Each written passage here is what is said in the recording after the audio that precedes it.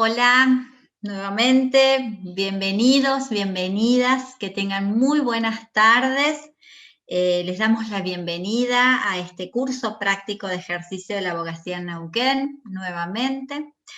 Este curso se encuentra organizado por la agrupación Abogados y Abogadas Pluralistas, junto con el Observatorio de Graduados y la Secretaría de Extensión de la Universidad Nacional del Comahue. Bueno, muchísimas gracias por su participación, por su presencia, por su interés en esta temática. Bueno, quería contarles algunos temas, como por ejemplo, esto que contaba Lorena recién, que es sumamente importante, que hemos implementado un formato para tomar asistencia en el que van a tener que llenar su nombre en un formulario al que van a acceder mediante un link que Lorena ya ha colgado en el chat, ¿sí? Para que, bueno, por lo que no va a ser necesario que pongan, que vuelquen nuevamente, como veníamos haciendo antes, el nombre y apellido en el chat, ¿sí? Así que lo que vamos a necesitar es que esta vez vuelquen su nombre y apellido en ese formulario. Vamos a hacer esa prueba porque realmente necesitamos que sea como más práctico el tema de la asistencia. En realidad es que somos muchos y muchas, esa es la realidad. Bueno, además recordarles, porque fue un tema que se preguntó mucho en el chat de ayer, recordar nuevamente el tema del certificado y también que todo el material, o sea, PowerPoint, fallos, documentación, que se haya compartido por los expositores y las expositoras, se los vamos a enviar al finalizar el curso junto con el certificado. Eso para que ustedes se queden tranquilos y tranquilas y no estén pendientes o nos vuelvan a reiterar el mail. Tenemos todos sus mails, ¿sí? Salvo, bueno, si hay alguna persona que haya entrado por otro mecanismo que no sea por el de inscripciones, en ese caso sería el único caso necesario, ¿sí? Pero también es importante que nos mande un mail. Recordarles también que toda inquietud, toda pregunta que les pueda surgir sobre el curso, nos pueden hacer enviándonos un mail, como también este tema del que hablábamos recién, a inscripciones.ap@gmail.com. En un ratito también lo vamos a subir al chat para que lo vuelvan a tener presente. También pueden hacer consultas y cualquier inquietud que tengan en nuestra página de Facebook, que es Abogados y Abogadas Pluralistas, y en el Instagram, que es pluralistas-nqn. Bueno, donde vamos a tratar de responder todas las preguntas que ustedes puedan llegar a tener. Contarles también que en esta clase, al finalizar, habrá un tiempo para las preguntas, ¿sí? Por lo que pueden ir volcando todas esas inquietudes en el chat para que al final las podamos realizar, ¿sí? Cumplido con, digamos, las cuestiones de rigor y los recordatorios de casi todos los días, para que lo tengan presente, vamos a comenzar con la clase del día de hoy, que es del módulo de Derecho de Familia y trata sobre responsabilidad parental, cuidado personal y régimen de comunicación. Temas que para nosotros nos parecieron sumamente relevantes para los abogados y abogadas que hacemos y que ejercemos el derecho de familia, son como sustanciales. ¿Sí? Creo que a muchos de nosotros y muchas nos llegan consultas de este tema. Así que para compartir sus experiencias sobre esta temática tan importante en el derecho de familia, hemos invitado a la doctora Laila Smith, ¿sí? A quien agradecemos enormemente que haya aceptado nuestra invitación desde ya. La verdad que eso nosotros lo agradecemos muchísimo, porque es un gran gesto entre colegas, ¿sí? Lo resaltamos. Se las presento. Ella es abogada, recibida de la Universidad Nacional del Comahue, es mediadora, es especialista en mediación familiar también, es para mí muy estudiosa del derecho, yo la veo como una colega que estudia mucho esta temática, y es importante resaltar que ejerció muchos años la profesión en el marco liberal, digamos, por fuera del Poder Judicial, pero actualmente la ejerce en el Poder Judicial en el ámbito de la defensa pública, atendiendo situaciones de mucha vulnerabilidad.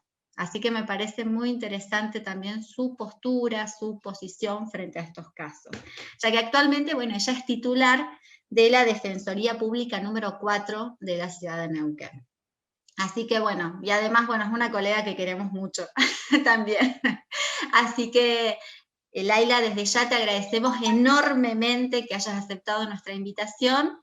Espero que disfrutes mucho esta clase, como bueno, nosotros seguramente la vamos a disfrutar enormemente. Bueno, así que te dejamos para que compartas tus experiencias en estos temas. Muchas gracias. Wow. Buenas tardes, primero, a todas, todos, todes. Qué presentación, Karina, por favor. Primero, agradecer a los abogados, abogadas, abogadas pluralistas, por generar estos espacios de diálogo y de comunicación entre colegas, de reflexión, de compartir conocimientos, porque entiendo que no es más que una charla hoy, una charla entre colegas, por más de que me toca dar ahora un tema bastante sencillo y cortito sobre todo, bueno, justamente porque es un tema muy extenso, he hecho un corte netamente subjetivo, espero que llegue a ustedes de la mejor manera, caso contrario, yo pido que todo lo que no entiendan o lo que necesiten que se aclare, ustedes chicas me paren o que me digan que vaya más despacio porque suelo embalarme en los conceptos y demás, así que ustedes me irán guiando. Ahí está entrando gente todavía, no sé si esperamos un ratito, cuando ustedes digan, arrancamos.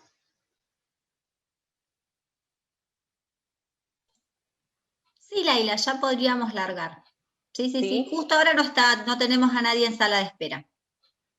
Bien. Así que... Ahí voy a compartir pantalla. Decime, Cari, si se ve. Se ve excelente. Bueno. En realidad, ahí está empezando, sí, se ve bien.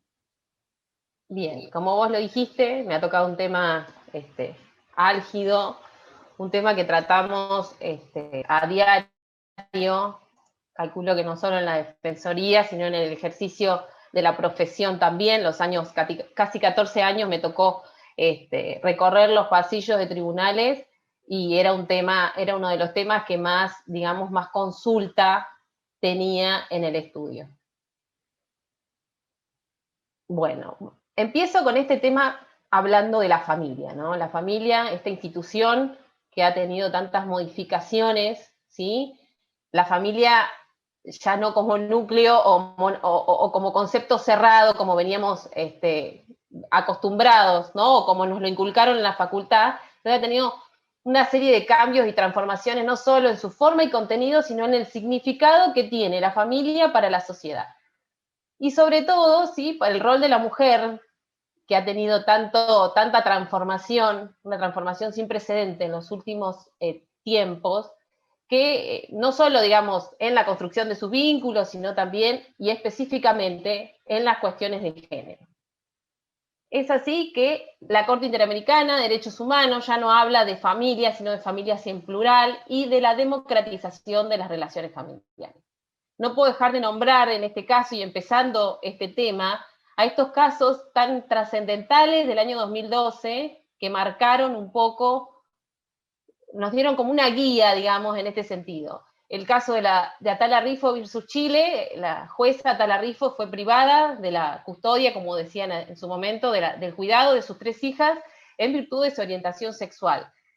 Entonces la Corte dijo, la orientación sexual y la identidad de género de las personas son categorías protegidas por la Convención. Este criterio debe ser aplicado jurisdiccionalmente en el derecho interno a través del control de convencionalidad.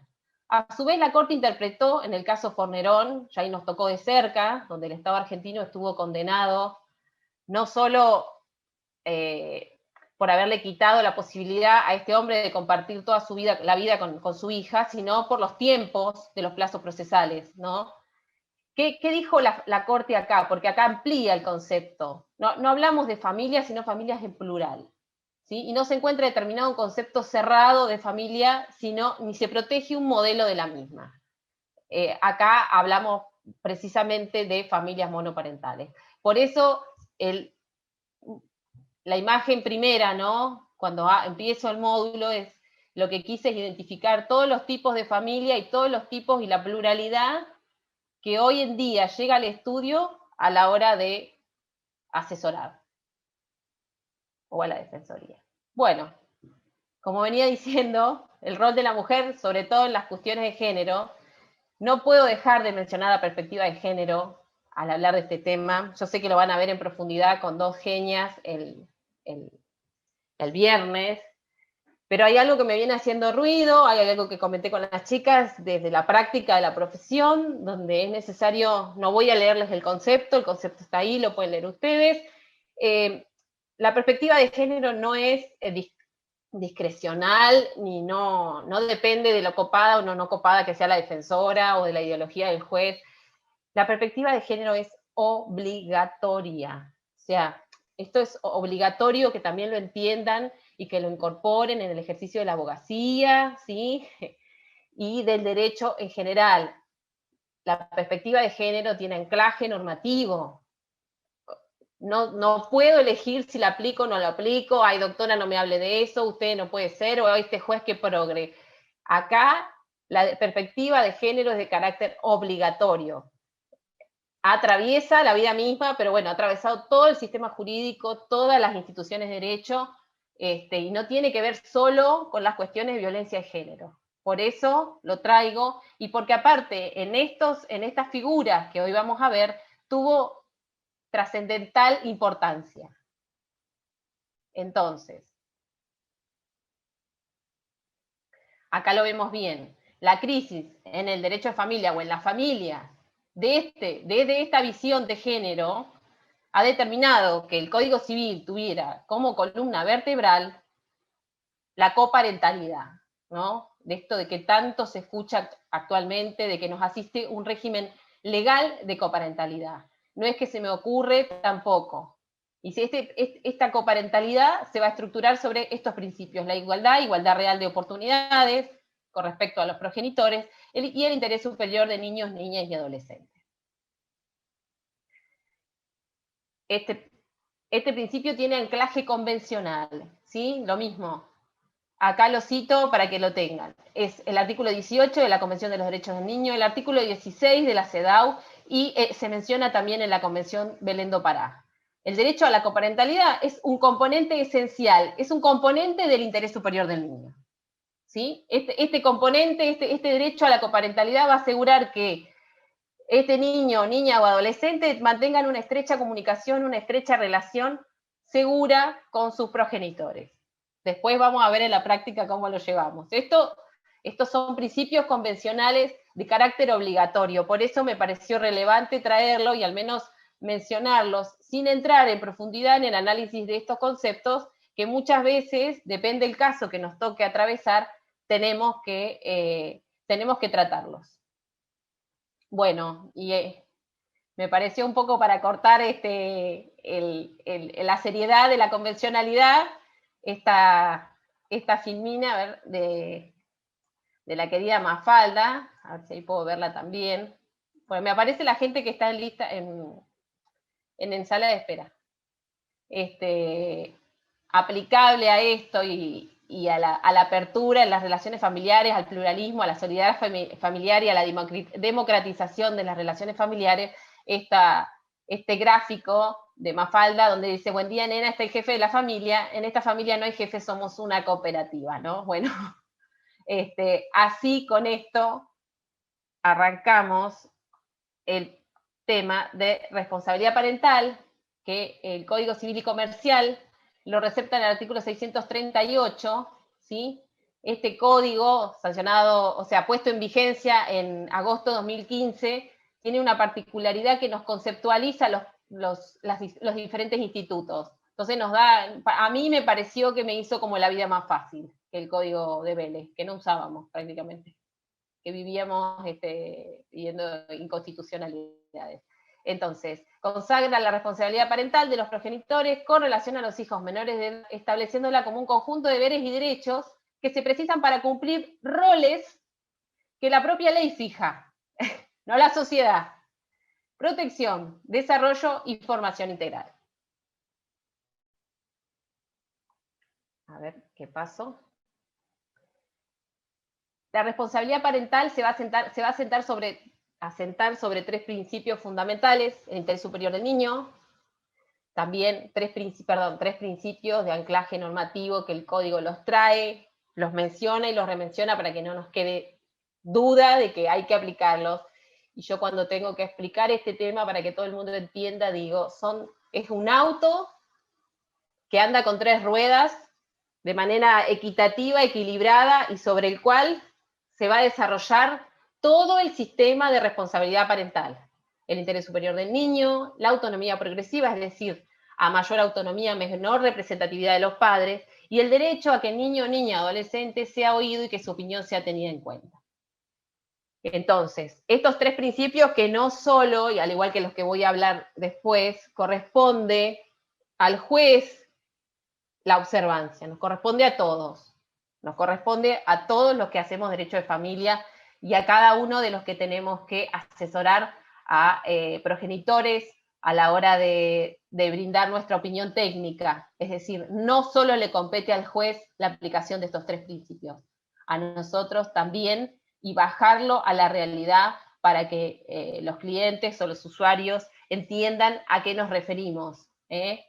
Depende el caso que sea y depende las particularidades de cada familia. La figura derivada de la responsabilidad parental, esta es la parte más aburrida. Yo les voy a pedir disculpas, estoy tratando de ponerle, pero es para que entendamos de dónde viene y ya vamos a la práctica. La titularidad y ejercicio de la responsabilidad parental, que el código también se encarga de establecer. El cuidado personal de los hijos, hijas y adolescentes, que esa es la figura a la que vamos a entrar ahora, y la guarda otorgada por un juez a un tercero o tercera cuando hay delegación de la responsabilidad parental. Entonces, el cuidado personal, ¿a qué se refiere? Se refiere a la cotidianeidad, ¿sí? Se refiere a los derechos y a las facultades, a los deberes y a las facultades que tienen los progenitores referidos a la vida cotidiana de los hijos, lo cual requiere siempre algún tipo de convivencia. No tenemos que confundir cuidado personal con ejercicio de la responsabilidad parental. Es uno de los deberes y derechos que se derivan del ejercicio, pero no confundamos cuidado personal con ejercicio de la responsabilidad parental. ¿Deriva? Sí, deriva del ejercicio de la responsabilidad parental, pero no confundamos, digamos, el concepto. Y a la hora de hablar de cuidado, acá tenemos los tipos y las modalidades de cuidado que el Código de la, Civil y Comercial determina: el cuidado unilateral como excepción, ¿sí? El cuidado personal compartido, bajo dos modalidades indistintas, cuando la residencia principal se asienta en algún domicilio de los progenitores, y alternado es cuando el hijo, hija o adolescente pasa igual o parecida cantidad de tiempo, o sea, cuando hay alternancia entre ambos domicilios, ¿sí? Para todas estas figuras les cabe los deberes de comunicación, colaboración e información, también detallados en los artículos 652, 653 y 654, que después en la práctica vamos a ver cómo hacemos para hacerlos efectivos, digamos. Y el otorgamiento de la guarda a un tercero, figura determinada en el 657.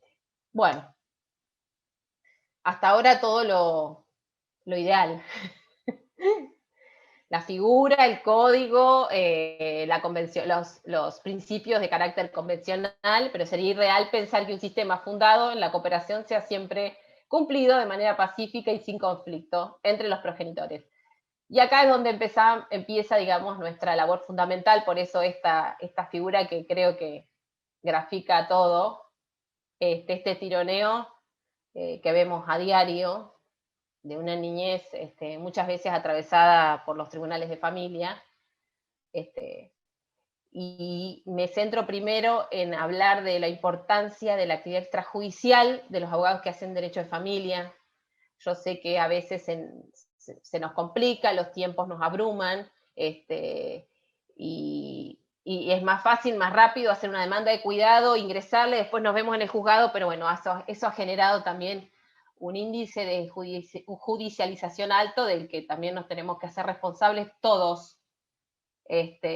Pero es fundamental comenzar, cuando llega un caso de familia al estudio, comenzar con las tratativas extrajudiciales, con la otra parte para que nos brinde un teléfono de un abogado, o bueno, tengo entendido, no sé si cambió, pero en mi época se podía representar a los dos, yo les mandaba, se podía representar a las dos partes y era mucho el trabajo que se realizaba en los estudios y después se presentaba un acuerdo.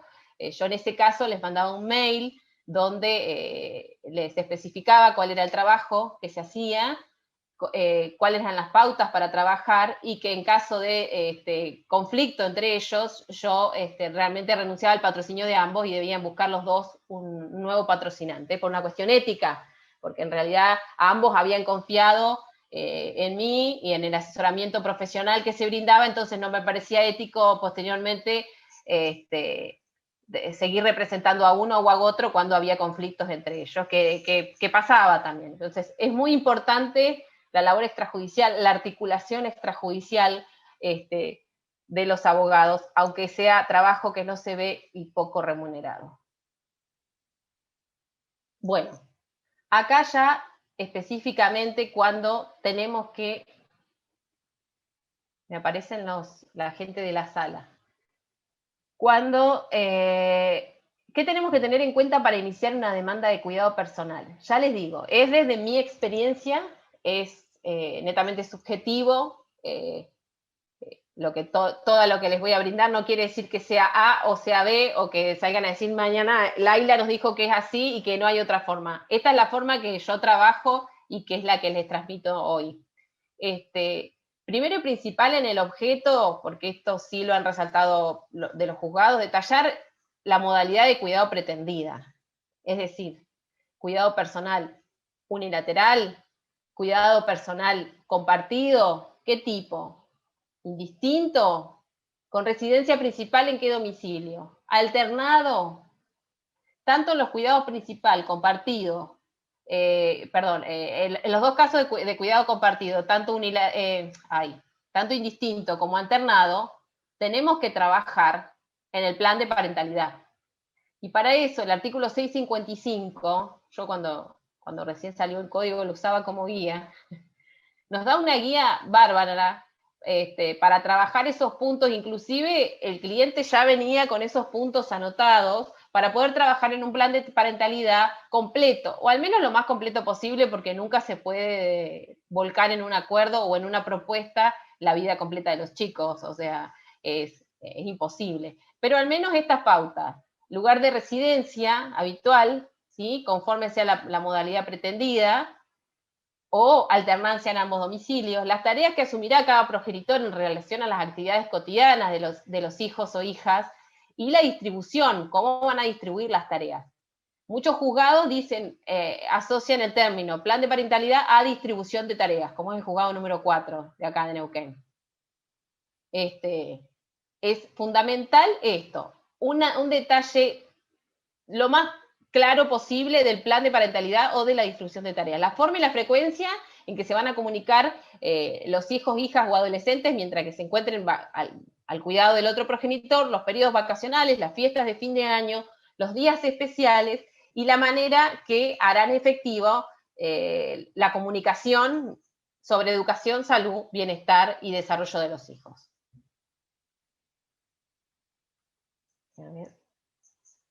Ahí está. Bueno,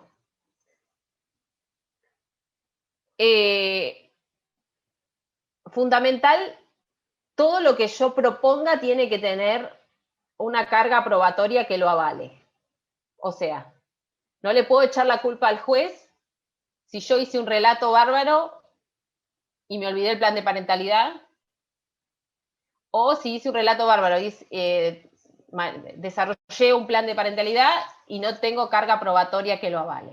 Es decir, la documentación, ¿qué tipo de documentación? Parece obvio, pero bueno, yo sé que es un público variado y apunta a la gente que se está iniciando en la profesión, pero bueno, todo tipo de documentación que se encuentre en poder de las partes y que haga al objeto de la demanda. Certificación de actividades extraescolares, escolares, quién es el progenitor que estaría como referente en inglés, en música, no sé. Y después eso se refuerza con la informativa, ¿no? Eso es fundamental, que todo documento privado se refuerce con informativa, porque si no después no tiene validez. Después no tiene la validez o el peso que tiene que tener para que el juez lo pueda considerar en la sentencia. Entonces, todo tipo de documentación que avale lo que yo estoy pidiendo. Testimonial. Y acá es otro punto también que es fundamental, que los testigos tengan conocimiento directo. No porque me lo dijo la señora, o porque me lo dijo ella, o porque me lo dijo él, o no sé. O sea, es fundamental que cuando le preguntan por la razón de sus dichos, la gente pueda determinar por qué lo saben y que lo vieron, lo presenciaron, lo vivenciaron, no porque se lo haya dicho la parte. La pericia socioambiental yo no estoy viendo que la presenten últimamente, al menos los que me han dado traslado. Es muy esclarecedora, a veces es mejor que la pericial psicológica, porque nos permite, digamos, entrar en cómo es la dinámica, cómo es el contexto familiar, qué personas están involucradas aparte de los progenitores en el cuidado de los hijos, hijas o adolescentes, que es muy importante también frente a la sociedad que hoy nos toca transitar, esto de que ellos dos se hacen cargo solos. Bueno, yo el otro día les dije, qué bueno, son superhéroes, porque yo nunca pude. Esto, ¿no? Y toda esta información nos la brinda la pericia socioambiental. La pericia psicológica también es muy importante. Es importante que detallen los puntos de pericia. Yo en esto me apoyaba en dos profesionales que me acompañaban en el ejercicio de la profesión, psicólogas, donde dependiendo del caso les pedía los puntos de pericia, o bien a los peritos o a los psicólogos que muchas veces concurren las partes, que nos brinden información, que nos den, digamos, esta parte técnica que yo sentía que a mí siento, ¿no? Que a mí me faltaba. Hoy día también me apoyo mucho en el equipo técnico de la defensa. Si es un psicodiagnóstico, si es solo una entrevista psicológica, si es, y ahí incluyan toda esta carga del test de HTP, Bender, desiderativo, Rorschach, dibujo libre, inventario multifásico, son todos datos que me han brindado profesionales especializados, o sea, un psicólogo, una psicóloga, en los diferentes casos que he tenido. Analizando los siguientes puntos, y ahí tienen que detallar los puntos que a ustedes les interesen, que en caso de que no haya acuerdo, el perito se expida, ¿no? Procedimientos utilizados, la descripción y predicción, expresando con claridad, y esto es importante, todo lo relevante del caso, evitando la erudición y términos oscuros, como así también la terminología antigua, porque si no, nosotros después leemos un informe psicológico y no lo entendemos. Ahora no pasa, pero bueno, 2x3 alguno se escapa.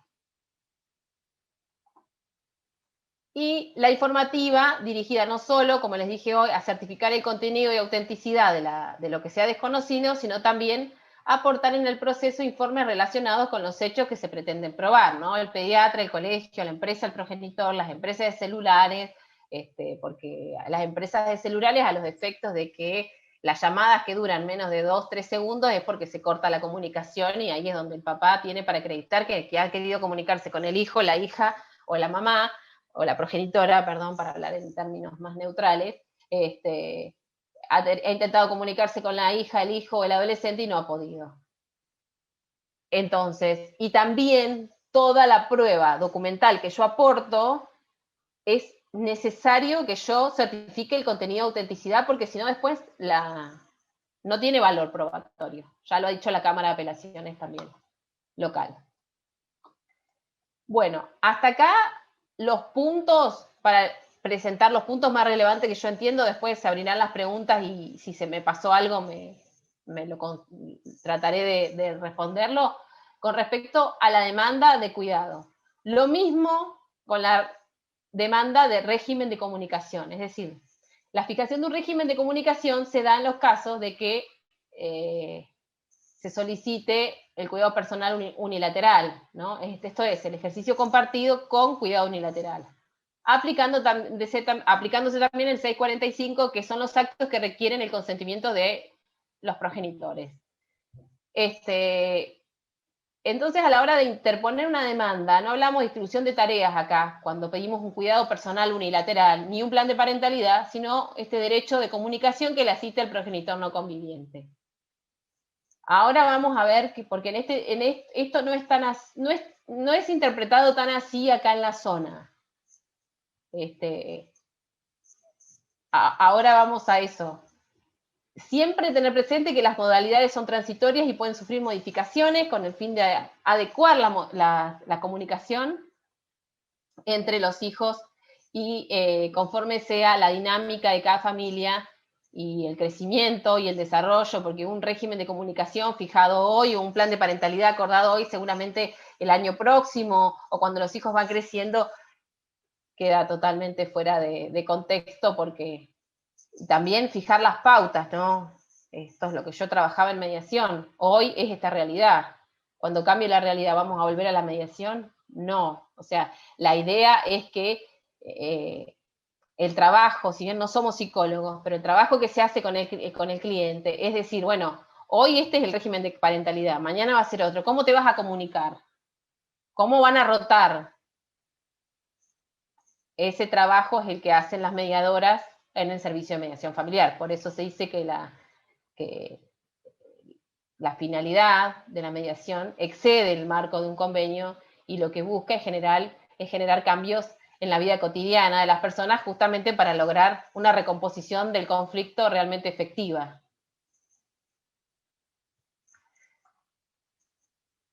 Ahí está. Bueno. En forma posterior a la contestación de demanda de cuidado personal o régimen de comunicación, como está la nomenclatura determinada acá en Neuquén. ¿Por qué digo acá en Neuquén? Porque algunos juzgados de La Plata ya hablan de fulano contra mengano sobre plan de parentalidad. O sea, por eso ahora me voy a meter en ese tema más de lleno. Entonces, en forma posterior a la contestación de la demanda de cuidado personal o régimen de comunicación, el juez puede fijar audiencia de conciliación, remitir la causa al servicio de mediación familiar. Recuerden que nos asiste un sistema de mediación intrajudicial, y en ese caso se suspenden los plazos procesales mientras la causa está en mediación. Recuerden que al mediador no le llega el expediente físico para mantener la neutralidad y no estar empapado de, digamos, las presentaciones de una parte y otra. Entonces lo que llega es una vista electrónica para que intervenga el servicio de mediación familiar y se dispone la suspensión de los plazos procesales. O puede disponer la escucha del niño o niña adolescente. En este caso, la jueza del juzgado número 3, que a mí me parece la verdad muy práctico, ella fija la escucha previa y posterior, a media hora después o una hora después, la audiencia con los progenitores. Realmente las audiencias que tuvimos fueron realmente buenos, esa estrategia, porque dependía, algunas veces los chicos no quieren que se transmita lo que ellos conversaron con el juez y la defensora, pero en la mayoría de las veces sí, y ayuda para, digamos, fijar un plan de parentalidad o distribuir tareas con respecto al cuidado de ese chico, chica, de ese niño, niña o adolescente. Uy, ¿qué hice?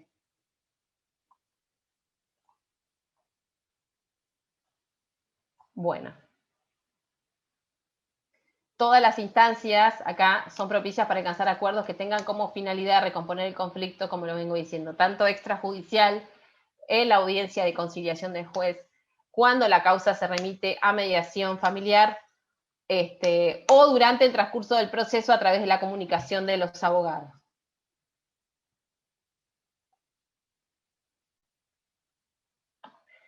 Pero bueno, acá es donde empezamos con algunas cuestiones prácticas que les decía recién. Recientemente, la práctica no todo es tan fácil como el juzgado de familia número 1. Laila, ¿querés que te haga algunas preguntitas? Sí, sí, ¿Ya por hicieron? supuesto. ¿Te parece? Como para... Sí. Mira, nos han hecho 4 preguntas centrales. Porque viste que vos dijiste esto del mismo profesional en el marco de un acuerdo extrajudicial. La pregunta es como que vos lo contestaste, como para reiterarlo. Dice, ¿puede el mismo profesional representar a las dos partes? Hasta donde yo trabajaba, por eso pregunté si seguía o había, no sé si siguen en el colegio de abogados, se sigue permitiendo. Sí, por eso. Ayer también en familia, en el tema de divorcio y todo lo demás, también se hizo la misma pregunta y lo volvemos a comentar que sí, es el mismo formato del que vos comentabas. Bien, bueno, a mí me llamaba o me venía a ver el señor, la señora, si me decía que en primera medida prefería un acuerdo, igual si no siempre se insta a ir por esa vía, se le pide el contacto de la otra parte, te lo facilitan, hablas con la otra parte y le das las dos opciones.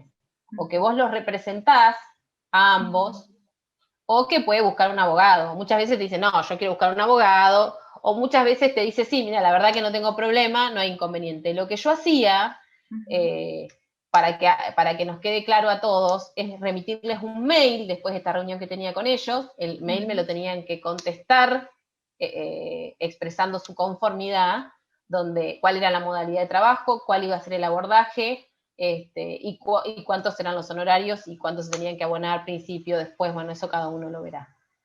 Y el último punto era que en caso de que hubiera diferencia de criterio, alguna problemática o conflictiva entre las partes, yo iba a renunciar al patrocinio de ambos.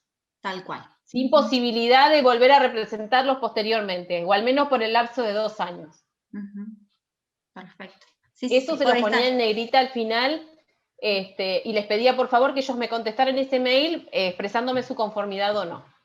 Perfecto, por una cuestión de ética. Y eso de ética profesional, de ética exacto. Profesional. Bien, Laila, otra pregunta.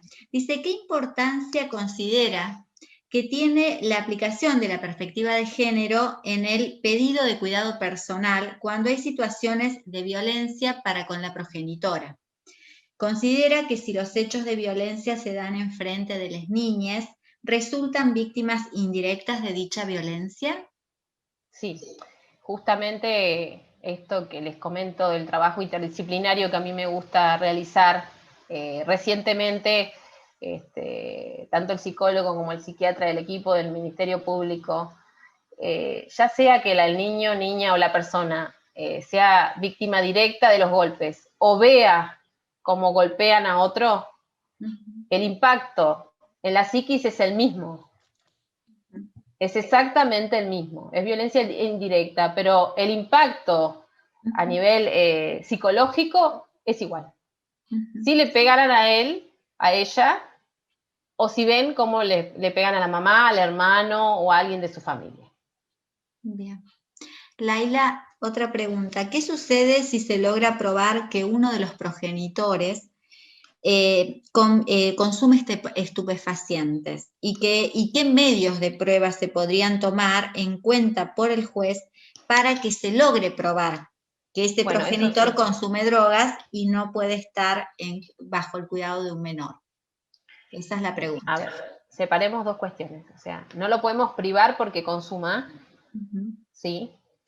Si es perjudicial para el desarrollo de una persona ver cómo su papá consume, se pueden pedir pericias toxicológicas, nosotros las pedimos siempre. Hay una específicamente que no me acuerdo el nombre, es larga. Rinoscopía puede ser también. Me parece que sí. Y se pide una suspensión del cuidado hasta tanto el progenitor o la progenitora acredite estar asistiendo a espacio terapéutico y después se reanuda el contacto de manera gradual, puede ser supervisado. Nosotros eso es lo que más vemos en realidad. Son personas atravesadas por situaciones de vulnerabilidad. Cuesta entenderlo cuando uno está del otro lado y tiene la mamá preocupada en el estudio, pero son situaciones y son personas atravesadas por situación de vulnerabilidad, entonces también requieren como una protección especial. Y también esto de la nota de provisoriedad que tiene todas estas circunstancias, ¿no? También dejarlo en claro cuando hacemos la presentación, que no se pretende privar al señor, a la señora o al progenitor, a progenitora del cuidado del hijo de manera caprichosa o a los efectos de conflictuar, sino que hasta tanto acredite adherencia a un tratamiento y posteriormente las vinculaciones se realizarán de manera gradual y quizás supervisada. Porque claro que sí, que hay cuestiones graves y hay cuestiones en las que los niños, niñas o adolescentes han estado expuestos también a situaciones de vulnerabilidad extrema y corresponde resguardarlos. Tal cual. Buenísimo. Laila, la escucha a los niños, niñas y adolescentes, ¿debe darse siempre en presencia del defensor? del defensor. ¿Qué defensor? ¿Del defensor de los derechos del niño? Se refiere al defensor. Yo entiendo que es la Defensoría de los Derechos del Niño. Hay Bueno. casos que en realidad siempre se conecta alguien de la defensoría, pero el juez puede disponer bajo qué modalidad. La escucha al niño es obligatoria para el juez, no es algo que nosotros podemos disponer tampoco, es un principio convencional. No se puede hacer un uso irracional de la escucha. Hay muchos fallos que dicen, bueno, ya lo escuché una vez, lo escuché de vuelta, no lo voy a volver no voy a hacer o sea, la escucha es es obligatorio para el juez, pero el juez también tiene que hacer, como dije recién, un uso racional de esa escucha y para qué, ¿no? ¿Para qué lo voy a escuchar? Está, perfecto. Como Leila. testigo, no, o sea, Sí, sí, no, ¿qué no, voy a no tener? es esa. Sí, no es ese el marco, tal cual. Te hago una última pregunta que es re técnica procesal. Dice consulta para solicitar el cambio de un régimen de comunicación ya establecido. ¿Se puede plantear en el mismo expediente o va por incidente? No, Ya que hablabas incidente. de... Va por incidente. Bueno, hay varias Sí, preguntas sí. más, pero las Podés dejar dejamos para después. mencionado que vas a iniciar, pero ya te dice ocurra por la vía. Tal cual. Sí, sí, sí, sí, por eso. Va, Esa perfecto. famosa ocurra por la vía, ¿no? Nos pasa siempre. Perfecto. Bueno, hay más preguntitas. Si querés, vos podés ir avanzando y la A última. ver, con respecto a la de escucha al niño, que va a haber, que tampoco es el tema, ¿no? Pero en caso de que haya Sí. conflicto de intereses entre los progenitores, inclusive para los casos graves, y depende esto, la capacidad progresiva del niño o niña adolescente, el juez o a pedido de parte, designar un abogado de este niño, niña adolescente, que efectuará una defensa técnica. Esa es otra herramienta también. Perfecto. Gracias, Laila. Seguimos y después hay varias preguntitas más. Dale.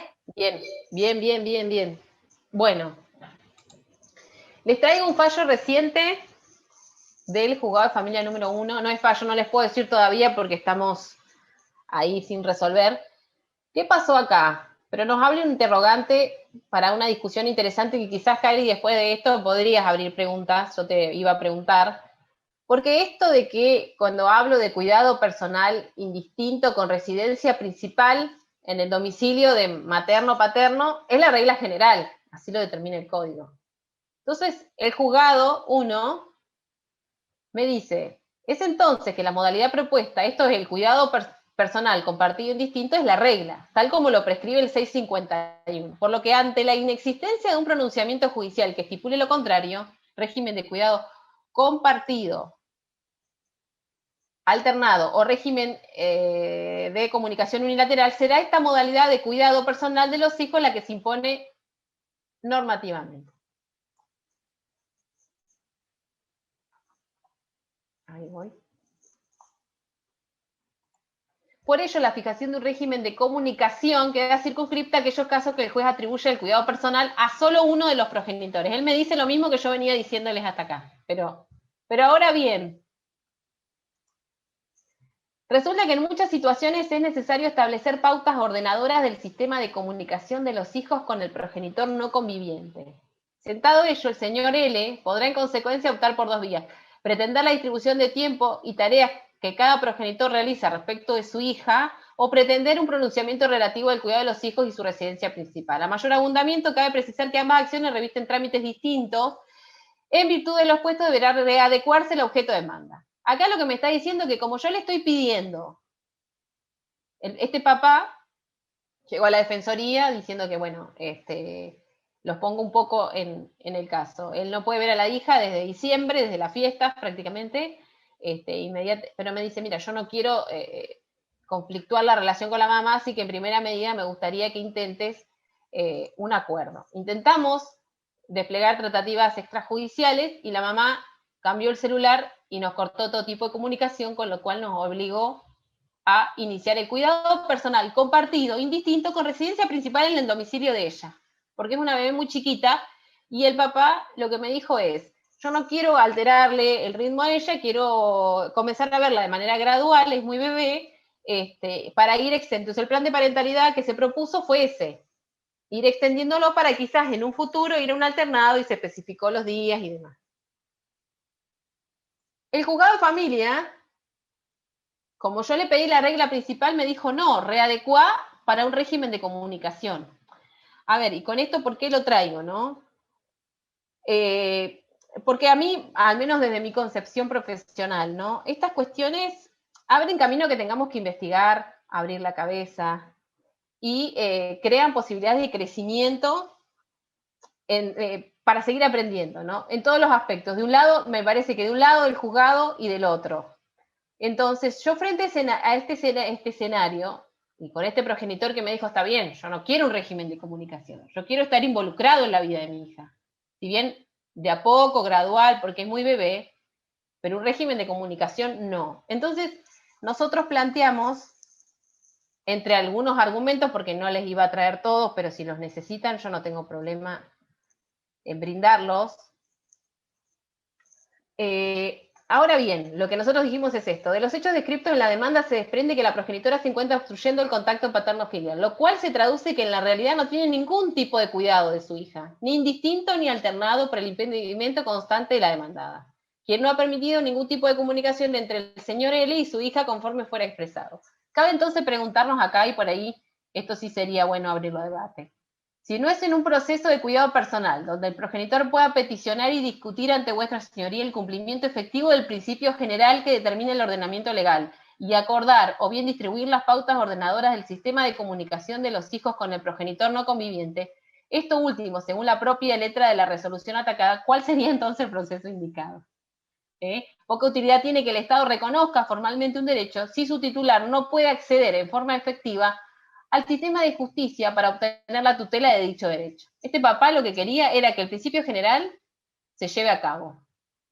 El juzgado me dice, no, readecua por régimen de comunicación. No, yo no estoy pidiendo un cuidado no estoy pretendiendo que la mamá continúe con un cuidado unilateral y él con un régimen de comunicación periferio. Él quiere involucrarse y explicó la manera. Y a esto me refiero con que son cuestiones que surgen porque en otras provincias también entienden lo mismo. Que cuando pedimos la regla general se supone porque nos asiste un régimen legal de coparentalidad. O sea, no es tan descabellado. Lo que pasa es que en algunas provincias ya lo tienen determinado como esto, fulano contra mengano, sobre el plan de parentalidad.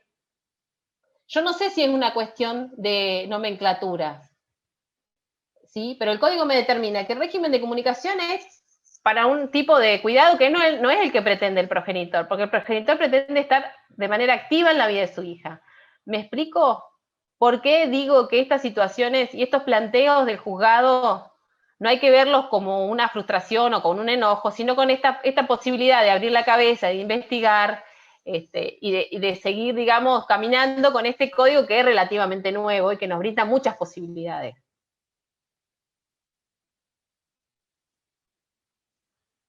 Cari, no sé si querés abrir acá las preguntas, porque después hay bastante más. ¿O sigo? Sí, hay preguntas relacionadas al tema anterior que quedaron y después acá Ailín Blanco dice, siguiendo esa misma postura podría pedirse cuidado unilateral y fijación de régimen comunicacional en una misma demanda, acumulando acciones. ¿Cómo? Digo, si se Régimen de pide cuidado personal unilateral con régimen. Claro. Es que no son dos acciones distintas. Vos al pedir un régimen de cuidado unilateral, o sea que con un régimen comunicacional, no sé si a tu favor o a favor del otro progenitor, ya deviene por la misma normativa, que esa es la digamos, la forma de denominar a la comunicación que va a tener este progenitor no conviviente. No sé si son dos acciones acumulativas. Para mí es la misma acción. Dice, si se pide el cuidado unilateral, muchas veces sucede que ese mismo progenitor no quiere cortar el vínculo, sino por el contrario, establecer días y horas. ¿Puede proponerse en la misma demanda? Es la misma pregunta. Ella lo quiso como aclarar. En ningún tipo de cuidado se corta el vínculo. Lo que pasa que son formas diferentes. No se olviden, sigue accediendo gente. No se olviden que la regla, que es lo que yo le digo a la gente cuando se sientan en el estudio, la regla es el cuidado personal compartido. Nos asiste un régimen legal de coparentalidad. excepcionalmente y conforme, no sé, sea la dinámica de cada familia, se puede pretender o demanda, o cuando contestamos demanda, cuidado personal unilateral con régimen de comunicación. Para mí no son acciones diferentes. Para mí depende el tipo de cuidado, por eso hay que tener claras las figuras, muy claras. Cuidado personal compartido o indistinto o alternado, plan de parentalidad, en la misma demanda. Cuidado personal unilateral, comunicación con el progenitor no conviviente. Pero acá se abre otra discusión en los juzgados. Me está diciendo, la regla yo ya la supongo, no me la tenés que pedir. La regla se supone por ley, porque es el régimen legal que nos asiste. Vos tenés que readecuar la demanda por un régimen de comunicación. Y este papá no quiere régimen de comunicación. Claro. Quiere involucrarse en la vida de su hija, de manera paulatina, todo pero no quiere un régimen de comunicación periferio. No sé si le contesté. Sí. Acá dice, me pasó lo mismo. Después dice, ya que la doctora le ofrece fundamentos o argumentos, o si puede compartir ese fallo, me interesa, por favor. Bueno, solicitaron el fallo. Sí, exacto, súper entendible. Te dicen ahí que lo comprendieron. Ya entendieron la dinámica. ¿Qué Perfecto. Le interesa? ¿Los argumentos de nuestro recurso o la providencia que atacamos? En privado, yo al final les dejo mi mail para poder pasárselos. Yo no tengo problema en pasarles los argumentos. ¿Qué necesitan? Porque esto es un resumen. Los argumentos del recurso nos ponen acá. Listo, sí, por supuesto que sí. Perfecto. Buenísimo, no, sigamos y después vamos, si te parece, al final ya vemos los demás.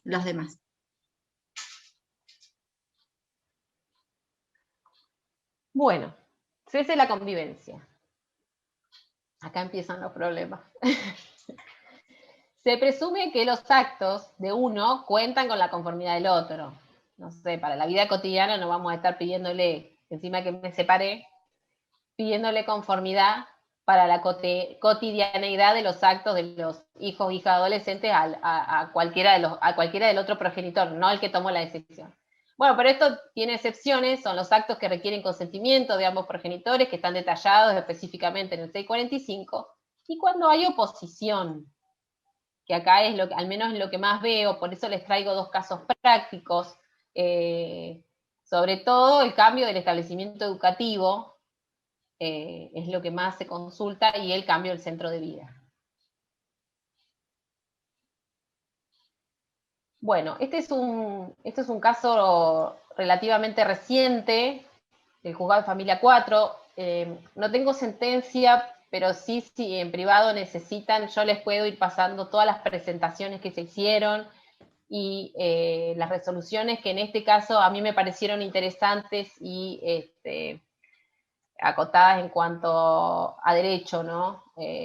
Por eso las traigo. En febrero del año 2020, la progenitora que estaba embarazada viene a la defensoría y me dice, mira, yo desde el año pasado, desde diciembre, de las fiestas, no puedo ver a mi hijo, lo llamo y me cortan la llamada, me acerqué a donde vive, que era en otra provincia acá, vecina, y me dice que el nene no quiere ir, no lo dejan salir, bueno, y me dijo que me olvide el nene, lo que pasa siempre, ¿no? O al menos es como una constante que por ahora no lo voy a ver, que el nene quiere estar conmigo, que el nene no te quiere ver y demás. Y que lo voy a cambiar de escuela. Frente a eso, ella vino desfavorida a la defensoría.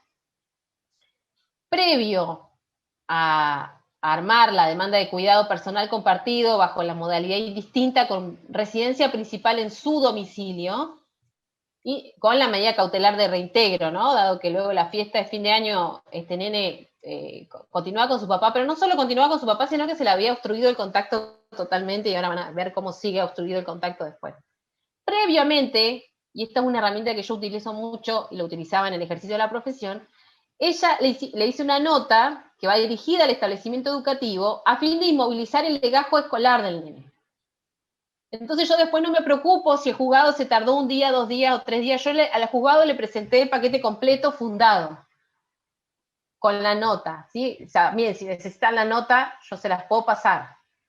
Es una herramienta útil, muy útil, porque ya inmovilizamos el legajo. Le decimos al director del establecimiento educativo que ese legajo no se puede movilizar porque haces uso del 642 del Código Civil y la cuestión la vas a llevar a los tribunales de familia de la zona. Entonces, con esa documentación ingresamos la cautelar.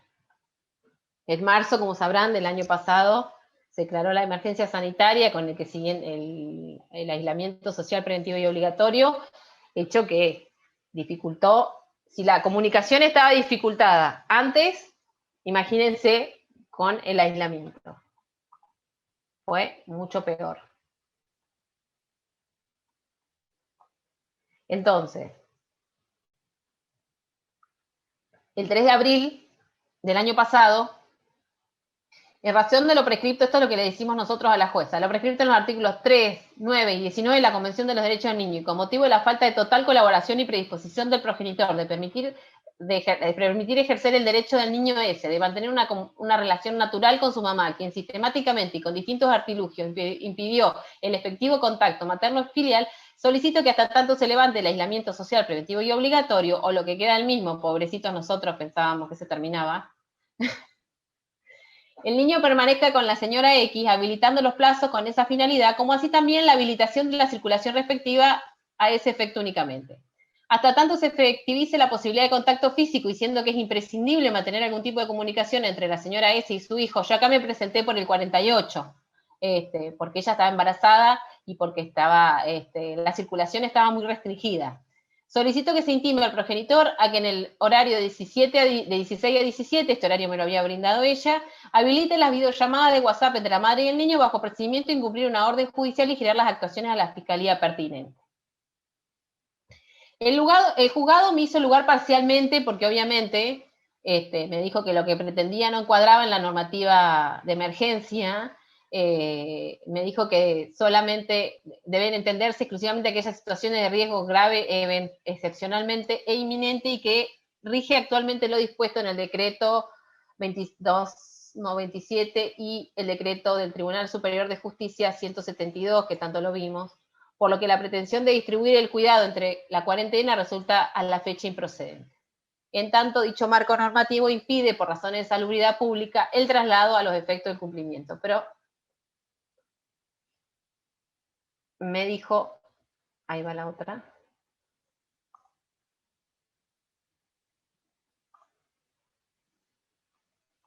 A lo solicitado en el punto 3, sin perjuicio de lo anteriormente dispuesto, y en línea las medidas sobre el régimen de contacto de niños, niñas y adolescentes con padres separados durante la vigencia del aislamiento obligatorio, coordinadas por los jueces de familia de esta provincia, intímese al señor P. a que permita y adopte los mecanismos para garantizar que diariamente entre las 16 y las 17 el niño ese tenga contacto con su progenitora por videollamada de WhatsApp bajo procedimiento de incurrir en desobediencia a una orden judicial. El progenitor no cumplió. Siguió cortándole las llamadas de manera sistemática, intentó un día, 2 días, 3 días, nos comunicamos con la abogada de la otra parte, no hubo caso, la mamá embarazada, muy angustiada. Recuerden lo que fue el año pasado cuando no se podía salir no se podía salir casi a comprar nada. La situación fue estresante y fue angustiante para ella, ¿sí? Volvemos a presentar un escrito que no lo traigo acá por una cuestión de tiempo, pero también lo tengo. En atención a los hechos denunciados, notifíquese electrónicamente al Ministerio Público Fiscal, y esto es importante por cómo lo piden, a fin de que tome conocimiento y haciéndole saber que en fecha 3 de abril de 2020 se intimó al señor S a que permita y adopte, SIP, perdón, le voy poniendo diferentes nombres, pero por una cuestión de resguarda, y adopte los mecanismos para garantizar que diariamente entre las 16 y las 17 el niño tenga contacto con su progenitora mediante videollamada. Atento a la desobediencia por parte del demandado a la intimación cursada y conforme lo dispone el 652 y 557 del Código Civil y Comercial, reforzado en esta instancia de excepción conforme al decreto, y sigue, bajo procedimiento de aplicárseles astreintes, acá sacó las 2 intimaciones. Una, la notificación al Ministerio Público Fiscal, y otra, la imposición de astreintes por cada día de incumplimiento.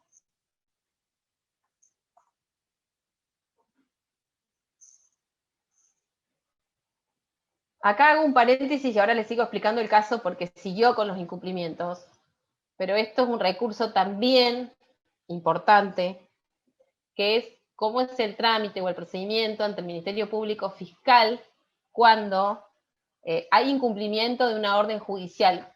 Yo les pido que lo chequeen la finalidad anterior y cómo se lo intimó expresamente.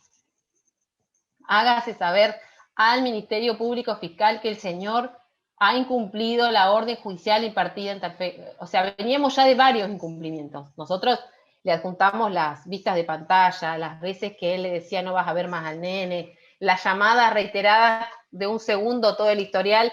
O sea, no fue un incumplimiento ni dos, como dice ahí. Imagínense que yo con los casos que tengo en la Defensoría solamente utilicé este recurso 2 veces. ¿Sí? Primero se debe tratar de agotar la instancia civil. Es decir, no utilizarlo como primer recurso porque desacredita el reclamo. Debe haber incumplimientos, no uno ni dos, de intimación previa al progenitor o progenitor incumplidor o incumplidora bajo percibimiento de incurrir en desobediencia a una orden judicial. Y esto es muy importante, fortalecer la vista remitiendo un escrito en PDF, suscripto por el letrado o la letrada y la parte indicando lo más específico y conciso posible las órdenes judiciales incumplidas y la conducta obstructiva a la siguiente casilla de correo electrónico del Ministerio Público Fiscal. Denuncia fiscalía.nqn@juneuquen.gov.ar. Y esto sí me dijo el fiscal porque ahí se dice que es lo que él hace lugar solo al incumplimiento a la desobediencia de una orden judicial. Él me dijo que no, donde ve que el incumplimiento es reiterado, donde la constancia del expediente surge, donde de esta nota tan detallada y concisa, ¿no? Se puede, digamos, ver que la obstrucción es efectiva y es sistemática, abre la investigación. No es que tenemos que mandar al usuario o al cliente a hacer la denuncia por impedimento de contacto. Yo lo hago igual, para mí refuerza también. Bueno, para mí son dos delitos distintos, pero bueno, él me dijo que de acuerdo a la particularidad del caso, a veces sí, a veces no. Bueno, la conducta obstructiva del progenitor continuó y al reanudarse los plazos procesales nos corre en traslado de la contestación de demanda y el progenitor había planteado una excepción de incompetencia. Esto, ¿no? Lo que pasa siempre. Dice que el centro de vida del nene no era Neuquén, sino Cipolletti. Y el juzgado, nosotros contestamos, también tengo esta contestación, no la traje acá para no extender la presentación. El juzgado se expidió sobre el centro de vida con los siguientes argumentos relevantes. El artículo 716 fija las reglas en materia de competencia en los procesos relativos a los derechos de niños, niñas y adolescentes y establece que es competente el juez del lugar donde la persona menor de edad tiene su centro de vida. En consecuencia, y a los fines de determinar el juez competente, resulta necesario establecer previamente cuál es el centro de vida de ese. Su centro de vida se entiende por el centro de vida del lugar donde niños, niñas y adolescentes hubieran transcurrido en condiciones legítimas la mayor parte de su existencia. Esto es lo principal. Esto de que por vías de hecho, yo me lo llevo y el centro de vida es otro, bueno, ya lo venimos viendo, hay un fallo del tribunal que tuvo resonancia pública, donde el tribunal también, el Tribunal Superior de Justicia de Neuquén, resaltó esto, condiciones legítimas. Si yo me lo llevo donde sin la conformidad de la otra parte, eso no es legítimo. Y cuanto más tiempo pase, peor. Por eso nos tenemos que apurar nosotros ahí. Teniendo en cuenta ello, debo destacar que ambas partes reconocen que desde aproximadamente agosto de 2018 el niño residió junto con la progenitora hasta diciembre de 2019. Considerando el prolongado tiempo que transcurrió en el domicilio materno sin que surja objeción, cuestionamiento o reclamo por parte del progenitor, he de considerar que el mismo ha convalidado dicho centro de vida. Dicho consenso otorga al tiempo de residencia del niño en la localidad de Neuquén el carácter de legítimo en los términos del citado artículo 3, inciso F de la ley 26.061. Asimismo, destacaré que no se ha cuestionado la documental adjunta a la demanda. Obviamente el boletín, nosotros adjuntamos el boletín del colegio del año anterior. Si van a contestar una demanda y no van a desconocer el boletín, estarán en el horno. de la cual surge que en el año 2019 el niño asistió a la escuela X, acá en Neuquén.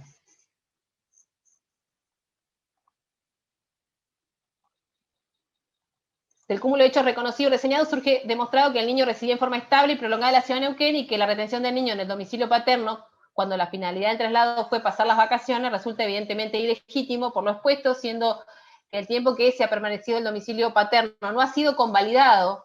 Resulta de aplicación lo previsto en el artículo 3, inciso F de la ley 26061, en tanto establece que el centro de vida del niño reside en forma legítima. Es por ello cuanto el Código Civil y Comercial establece como principio el ejercicio de la responsabilidad parental y del cuidado personal compartido, razón por la cual, y no habiendo un pronunciamiento judicial que atribuya el cuidado unilateral al progenitor, esto es lo que hablábamos hoy, este no se encuentra habilitado para cambiar el domicilio de su hijo sin la conformidad de la progenitora o autorización judicial en su defecto. 642 del Código Civil y Comercial.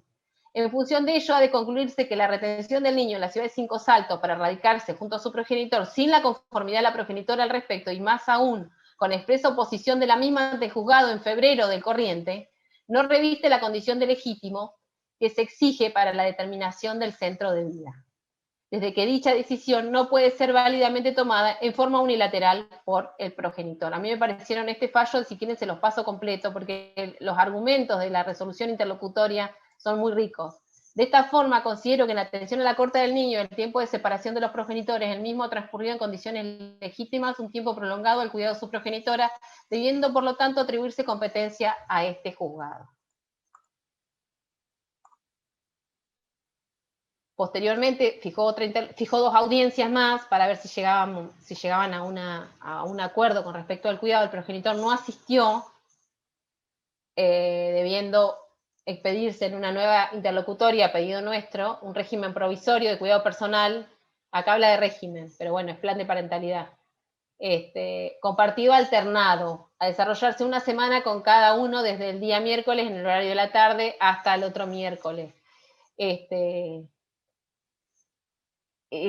muy rico toda la resolución, esta y la anterior, así que si la necesitan, al final de la exposición está mi correo electrónico, con paciencia me lo piden y yo se los voy a ir pasando. Actualmente se encuentran cumpliendo un cuidado personal compartido alternado, donde el niño comparte lunes a lunes con cada progenitor, es decir, las semanas que tiene clase está acá, y las semanas que están como remoto o no presencial en la escuela, está con el progenitor.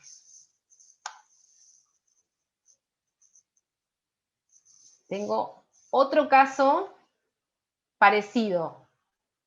¿Tenemos tiempo o habilitamos preguntas, Cari? Estamos con tiempo. Igual surgieron varias preguntas mientras contabas el fallo anterior. Dale. Si querés, te cuento más o menos. Sí. Bueno, sí. Una de las... se generó el tema de la cuestión del impedimento de contacto y la denuncia penal, ¿sí? Entonces, se planteó, todas las cuestiones del impedimento de contacto, y una de las preguntas es ¿cuándo y cómo denunciamos impedimento de contacto? Que es como la más genérica, como para tener, ese camino armado para llegar a esa denuncia. En el caso que viene, lo vas a contar. Denuncio.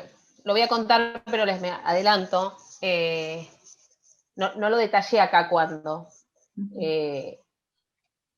Hay una serie de incumplimientos, yo lo hablé con el fiscal justamente previo a esto. Es una serie de incumplimientos reiterados, sistemáticos, intimaciones judiciales, aplicación de astreinte, conducta obstructiva reticente a cumplir, falta de asistencia a las audiencias. Ya llega un momento que la vía civil se agota. Independientemente de que corran vista fiscal por incumplimiento de una orden judicial, la denuncia por impedimento de contacto se realiza desde la página del Ministerio Público Fiscal, se llena un formulario y después hay que seguirla. Yo tengo 2 usuarios que las están siguiendo en la defensa, pero ya les digo, agotamos todas las instancias. Lo mismo que este recurso del Ministerio Público Fiscal. Para que sea efectivo no tiene que ser reiterado. 2 incumplimientos, listo, metí y le mandé al fiscal el mail con la nota, con la firma mía y del cliente, que no, tiene que haber un camino recorrido y la obstrucción tiene que estar probada y tiene que estar intimada. Yo tengo ahora una chica que la intimamos, no solo electrónicamente, se quedó con abogado, pedimos notificarla por cédula, recibe la cédula, no asiste a las audiencias, no contestó demanda, no le permite el contacto. Ahora remití la vista fiscal en los términos que les comenté recién, y el papá también formuló la denuncia a través de la web por el Ministerio Público Fiscal y la está siguiendo. O sea, no es formular la denuncia y dejarla. Tal cual. Yo cuando era abogada de parte, la seguíamos con otro abogado del estudio que hacía penal, y hay un artículo en el Código Procesal Penal que estas causas las remiten a la Oficina de Conciliación y Mediación Penal como primera medida del fiscal. Entonces, en caso de que ahí no haya acuerdo, vuelve. Si hay acuerdo, queda el acuerdo para que se cumpla. Buenísimo, Laila. Quedó el tema de las astraintes con 2 preguntas, si te parece, Sí. Que son simples. ¿Las astraintes las tenemos que pedir en el escrito nosotros? Por supuesto, yo las pedí. Sí, Y después hay que parece que es ejecutarlas. fundamental. Tal cual. Y si no tiene nada para ejecutar, te metés en la casa y le embargás el tele. Bien. Después dice, ¿hay casos en que se apliquen astraintes a progenitoras que impiden el contacto? Por supuesto, acá no es una cuestión de género. Perfecto. Bien. Acá no es una cuestión de género. Excelente. No se olviden que progenitor es un término neutral. Tanto progenitor o progenitora que obstruya el contacto y no permita, o sea, de manera ilegítima, no estoy hablando para los casos que hay denunciado abuso, no estoy hablando para los casos, como comentaban antes, que hay denuncia de hechos graves en que los niños, niñas o adolescentes han sido víctimas directas o indirectas de violencia. Estamos hablando de situaciones obstructivas donde lleva un tiempo recorrido y donde no hay remedios judiciales eficaces para poder contraer esa conducta. Bien. Eso también va a ser a la seriedad de ustedes. No por todo voy a ir al Ministerio Público Fiscal. Tengo que tener un camino recorrido y también hay que aclarárselo al cliente aunque no le guste lo que escucha. Yo tengo que ir con una denuncia a penal y el tipo penal tiene que probarse. En penal se tiene que probar todo. No hay presunción en penal. Penal tengo que llevar el expediente o pedir que se remitan las actuaciones o pedir certificación de las actuaciones en familia para remitirlas al legajo penal, donde está todo el detalle de las intimaciones al progenitor o progenitora, inclusive la aplicación de astraintes. Porque yo primero pedí astraintes, no cumplió con eso, voy con astraintes que las ejecuto, pero me voy al Ministerio Público Fiscal, Fiscalía. Bien. Piden, en este caso, viste que vos citaste en un momento un fallo del Superior Tribunal sobre Centro de Vida. Ese fallo, si lo podés citar. Está en Juneuquén. Lo buscamos ahí. Perfecto. Pero si no, yo lo busco y me comprometo la semana que viene a hacerte, ¿viste? Un conjunto de fallos que te voy a pasar. Dale, y los enviamos por filmina, mail junto con la filmina. Y se puede reenviar por mail. Dale. Fue el fallo de que la mamá salió en todos los diarios, la mamá se lo llevó a San Martín de los Andes. Sí, lo recordamos al fallo, ya sabemos cuál es. Después, Laila, preguntan, porque insisten con ese el tema, ¿el delito penal no se consuma con el primer incumplimiento? Si hay algún criterio sobre esto. No sé, Habría porque el delito penal deja de, lo que me explicó el otro día una de las fiscales, deja de existir cuando el niño recompone el contacto con el progenitor, ahí ya no hay más delito. Pero lo que se pide, lo que piden los fiscales es que haya como un camino recorrido en civil, que esta mamá sepa cuáles son las sanciones. Se le haya aplicado astraintes. Claro que sí, que el impedimento en primera medida para mí no debe, injustificado, no debe existir. O sea, no somos los dueños. Los niños son sujetos de derechos y obligaciones. ¿sí?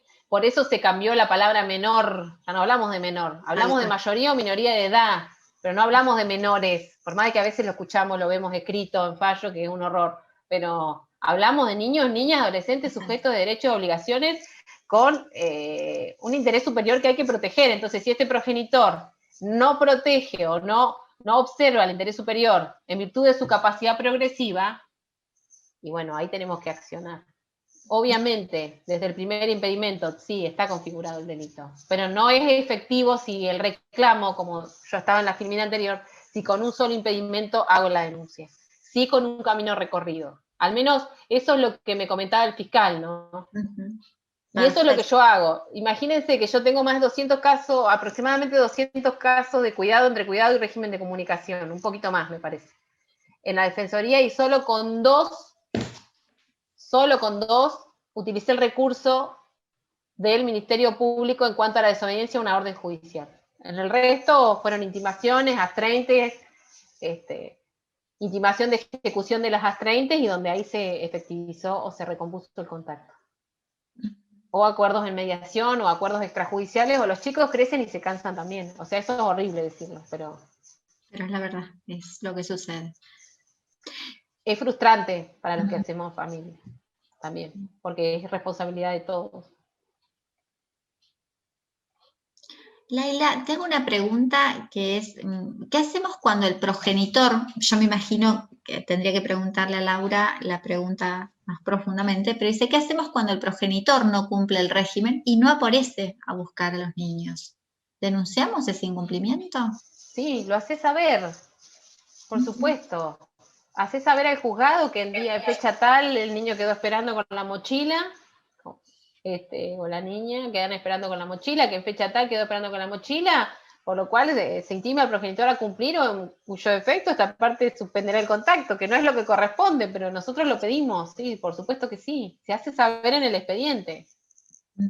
Excelente. Muchas veces pasa así, que demandan, o sea, contestamos la demanda, vamos a la audiencia, después van a mediación, no hay acuerdo, después llegamos a un acuerdo tremendo, y te habla la señora y me dice, sí, pero hace como 10 días que no lo vine a buscar. Perfecto, perfecto. Gracias, Laila, podemos seguir. Seguimos con el último caso. Está genial, Laila. Muchísimas gracias. La verdad que hay... Yo le pido disculpas si me acelero, porque soy acelerada. No, está excelente, se entiende todo. Todos en el chat están diciendo justamente eso. Yo no lo veo el chat y no veo a nadie. Yo te veo a vos y a mí y la filmina nada más, así que pido disculpas. Pero quise traerles casos concretos. Ahí dice que hay que admitir a Paola Reniero un montón de veces. Me aparece a cada rato el... Ahí estamos. Sí, está teniendo problemas de conexión porque no puede ingresar a la sala. Yo la estoy admitiendo, no sé qué pasa. Yo también. No, y acá nos dice, súper práctica la clase, espectacular exposición, así que bueno. Bueno, porque ya a mí me había entrado dudas, porque le repito, para mí es una charla entre colegas, no soy ni docente, ni expositora, ni nada, ni doctrinaria, ni mucho menos, simplemente es de lo que trabajo todos los días y lo que estudiamos a diario. Bueno, este es otro caso. Con un camino de recorrido de muchos años, también el progenitor, veníamos ya con el antiguo Código Civil, con regímenes de comunicación que cumplían, no se cumplían, cumplían, no se cumplían. Muchas denuncias de violencia cruzadas, de él a ella y de ella a él. Y cuando empezó a andar el nuevo Código Civil y Comercial, nosotros el 27 de agosto ingresamos la demanda de cuidado personal, solicitando el cuidado personal compartido bajo la modalidad indistinta, con residencia principal en el domicilio paterno, porque era el papá el que se cargaba de la logística diaria de las actividades extraescolares y de la entrada al colegio, en ese momento era el jardín. Proponiendo un plan de parentalidad conforme el 655, que cuando lo vi yo lo amé. Ya les digo, yo lo usaba de guía, para mí era fantástico. Del código de Vélez a ver este código con lenguaje neutro, perspectiva de género, los principios convencionales traídos a la práctica, fue como empezar a andar en un auto tremendamente lujoso. Bueno, en noviembre de 2015 el progenitor debemos ingresar una medida cautelar a fin de que no se innove, y la ingresé en el mismo expediente, por eso les muestro las diferentes alternativas. Una cautelar a fin de que no se innove la situación escolar del niño A, en el cual el juez de primera instancia resolvió. Toda vez que prima facie debe respetarse el centro de vida del niño, en el cual en el ámbito educativo está situado en el ámbito escolar al que concurre actualmente, y que cualquier cambio debió ser decidido en consenso o en su defecto dirimido por la vía del 642, acá también el papá yo lo mandé con la nota de la escuela y trabamos el legajo. Porque si no, yo no me quedo esperando el tiempo del juzgado. El juzgado no tiene magia, ni es el mago Merlín. Entonces yo trabamos el legajo con una nota de él. Y me dice el juez, y que el inminente cierre de las inscripciones hace que exista peligro en la demora, ya que la falta de resolución a tiempo puede frustrar la reserva de la vacante, porque este nene pasaba de jardín a primer grado, y vieron que nos piden un tiempo para reserva de vacante, cuando es en el mismo establecimiento. Si no, después ya se abre a alumnos que son externos. Es por lo expuesto que por el plazo de 15 días y sujeto a la promoción de la acción correspondiente, dispongo que no se innove respecto de la situación escolar del niño A, y en consecuencia, que el mismo sea mantenido en el establecimiento escolar y en el turno al que concurre. Para su toma de razón, ofíciese o a los establecimientos que correspondan. En diciembre de 2015, ahí nomás, interpusimos el incidente en los términos del artículo 652 con fundamento principal en estos 3 puntos. El perjuicio de cambiar el contacto entre las partes, ellos tenían medidas cautelares de prohibición de acercamiento uno con otro, o prohibiciones genéricas, entonces que se vean a la entrada o a la salida, también iba a generar un perjuicio para el niño, y no iba a resultar estable y armónica su trayectoria escolar. Porque la mamá lo quería cambiar a la escuela donde iba la hija más grande. No estaba, o sea, ahora que uno lo mira de lejos no es tan ilógico lo que ella decía, pero él decía, si yo lo tengo que ir a buscar, a donde ella también va a buscar a su otra hija, nos vamos a ver. 3. Obstaculizaba el vínculo paterno-filial. Y porque los horarios de este chico eran todos de tarde. Entonces, ella quería cambiarlo de establecimiento y de turno. Listo, sale la medida, acá afirman lo que ya nos habían dicho en el principal, y empezamos con toda la prueba en este incidente. ¿Qué pasa en enero de 2016? La progenitora nos dijo en audiencia que se iba a pasar las vacaciones al Calafate. No volvió más. No volvió más, nos obliga a interponer una medida cautelar de reintegro. Acá están todas las medidas, todos los modelos que se les ocurra. En el principal, los incidentes, el legajo trabado en la escuela. El juzgado hace lugar a la medida con este fundamento, en resumen. También es muy bueno el fallo No caben dudas que el centro de vida de A se encuentra en esta ciudad de Neuquén. Prepárese al respecto no solo la tramitación de las presentes actuaciones, sino además, como señaló el actor, en la existencia de una causa separada tendiente precisamente a determinar el establecimiento educativo del niño. Además, refuerza lo expuesto lo previsto en el 653 del Código Civil y Comercial, el cual, al momento de establecer las pautas a considerar para determinar el cuidado personal unilateral, enumera el mantenimiento de la situación existente y el respeto al centro de vida del niño. Pautas de las cuales la accionada se habría sustraído infundadamente a partir de su decisión intempestiva, tornando inverosímil el derecho invocado por el actor. Finalmente, resta solo hacer mención a la conducta de la progenitora, la cual de bien insoslayable, y ahí él se expide sobre la conducta de la progenitora, acá no corresponde.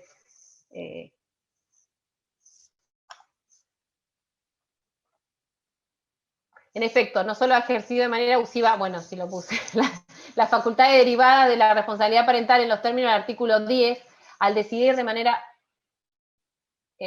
unilateral el traslado de A a la ciudad del Calafate, y entonces dispone el reintegro del niño a esta ciudad de Neuquén, lugar donde se encuentra su centro de vida, en los términos consignados en el considerando 3, el que deberá realizarse dentro de los 3 días de notificada de la presente resolución. Se saben ambas partes que lo requerido por la señora defensora de los derechos del niño y adolescente en orden a la necesidad de arribar a acuerdos en pos de ejercer una coparentalidad responsable y sostener tratamiento psicológico, porque ya tenían un camino recorrido con otras figuras previo a la interposición de cuidado desde que el nene había nacido. O sea, llevábamos casi 6 años de litigio. Esto, acá les cuento lo que pasó. El señor se fue a Calafate con el mandamiento, la orden de reintegro. En Calafate fue terrible, porque en Calafate lo denuncian de abuso.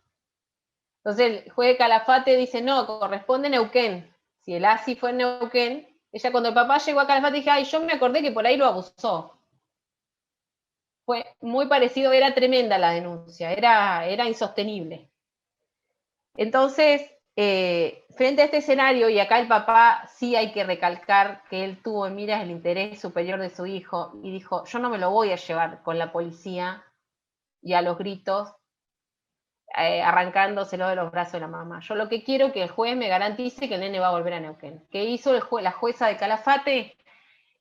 Requirió al Servicio de Fortalecimiento Familiar de la municipalidad que una persona venga como garantía acompañando a la mamá y al nene, que la mamá se presentó a primera audiencia el lunes que siguió o el martes que siguió acá en Neuquén para determinar que ya había llegado y había cumplido con la orden judicial. O sea, este papá, él tenía la orden de traérselo él. Pero en minas al interés superior del niño, ahí cuando les digo que no solo debe ser observado por el juez, sino también por nosotros, porque a mí me tenía el teléfono y me dice, ¿qué hago? Lo que sea mejor para el nene. No te lo traigas a un solo grito arrancado de los brazos de la mamá, porque para el nene es la mamá. Y él me dijo, yo no quiero que esto quede en el recuerdo de él como una situación traumática. Bueno, de hecho, ya venían con mucho. Fíjense que la defensora de los derechos del niño por algo, digamos, los pone sobre las cuerdas para que realmente hagan un tratamiento sostenido. Y bueno, llegamos a Neuquén y hubo que acompañar a este papá en todo lo que fue la denuncia de abuso, por lo cual recién en octubre pudo ver bien al nene. Después la cámara GESE, que el nene dijo que no hubo abuso, y que él extrañaba a su papá, y que no sabía por qué no lo podía ver. Entonces, el 22 de octubre de 2019, en tanto A fue escuchado, en la audiencia llevada a cabo en el marco de las presentes, después de la cámara GESE, o sea, tremendo, hace uso del derecho de reserva. Él no quería, nunca quiso que los padres sepan lo que él decía, lo que él le decía al juez, manifestando que lunes y miércoles está con su papá, martes y juega con su mamá y un fin de semana cada uno. Le gustaría que sea así, no cambiaría nada. Por ello entiendo que no se debe modificar el statu quo de A y se inste nuevamente a los progenitores a procurar el resguardo de la integridad psicoemocional del niño, atento que trasluce la conflictiva familiar. Además de lo dicho, el artículo 651 otorga al juez la facultad de apartarse del principio general en tanto considere que es lo más beneficioso para el niño, lo cual es conteste con el presente caso. En este contexto, teniendo en vista las especiales circunstancias del caso que se analiza y en el marco jurídico referenciado, especialmente teniendo en miras el artículo 3, inciso 1 de la Convención Internacional de los Derechos del Niño, considero que la solución que brinda mejor y más pronta satisfacción al interés de A es establecer el cuidado personal compartido alternado. Esta sentencia fue en octubre del 2019, la sentencia definitiva. Él vio al nene en octubre del 2016, perdón. Esta fue la sentencia definitiva. O sea, 2015, 2016, 2017, 2018, 2019, hasta que se obtuvo sentencia definitiva. Yo, 2x3, el señor me habla, perdón, y me cuenta que siguen llevando a cabo un régimen alternado, donde está mucho tiempo con él, está mucho tiempo con la mamá, y han podido como a los 10 años del nene establecer como un equilibrio. Esta imagen se me ocurrió agregarla al final de la presentación porque me parece que entre todos hacemos justicia. No solo los jueces, juezas, que la verdad que a veces ponemos en sus manos decisiones que tienen y deben tomar los progenitores. O sea, como dije hoy, el juez no es mago de Oz. Nosotros tampoco lo somos, pero entre todos podemos. O al menos hacer el intento. Bueno, los invito a que cerrar esta charla tan amena con esta frase de Einstein: la mente es como un paracaídas, solo funciona si se abre, y sobre todo con la sociedad que nos toca, digamos, transitar, y la complejidad que vemos a diario. Por eso los invito a transitar la profesión con una mente abierta frente a la complejidad diaria que transitamos, pero sobre todo desde un ejercicio ético, comprometido y humano por sobre todas las cosas. Muchas gracias.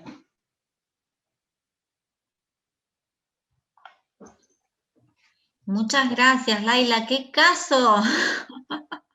¿Vieron? Uno quedó, ¡ay! Sí. Tengo más, pero estos fueron como 2, porque si no los iba a cansar. Tengo más y tengo los escritos que se fueron presentando, los recursos, No, todo lo que tremendo. necesiten. Bueno, perdón, ahí abajo, perdonen, ahí abajo está mi mail personal.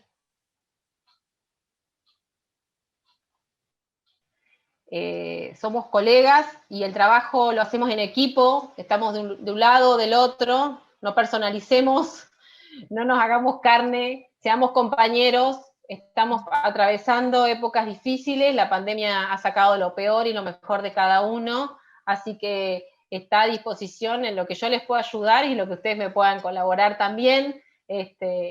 Mi mail personal para todas las dudas o todo lo que quieran que con paciencia les remita.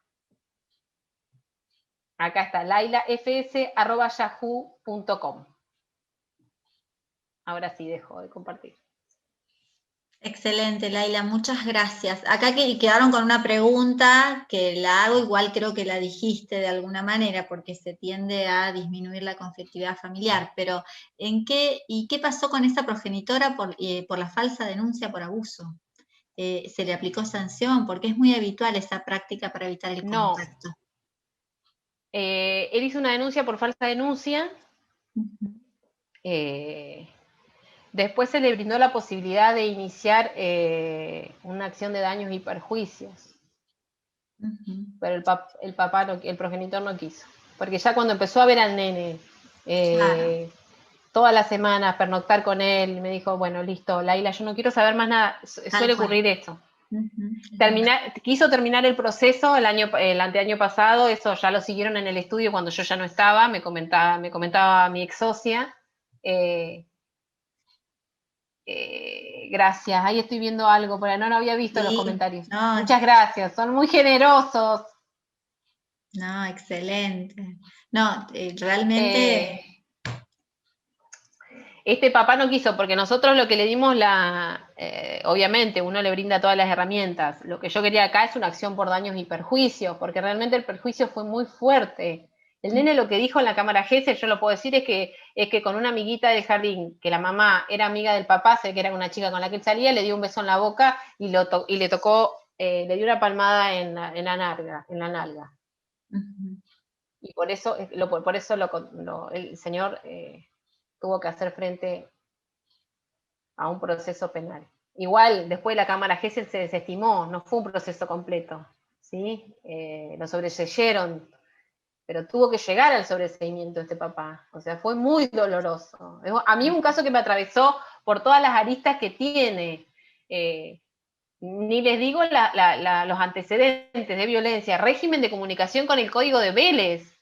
Después, esperando que salga el nuevo Código Civil y Comercial para ingresar el cuidado. Teníamos el cuidado, se fue, se lo llevó a Calafate. Claro.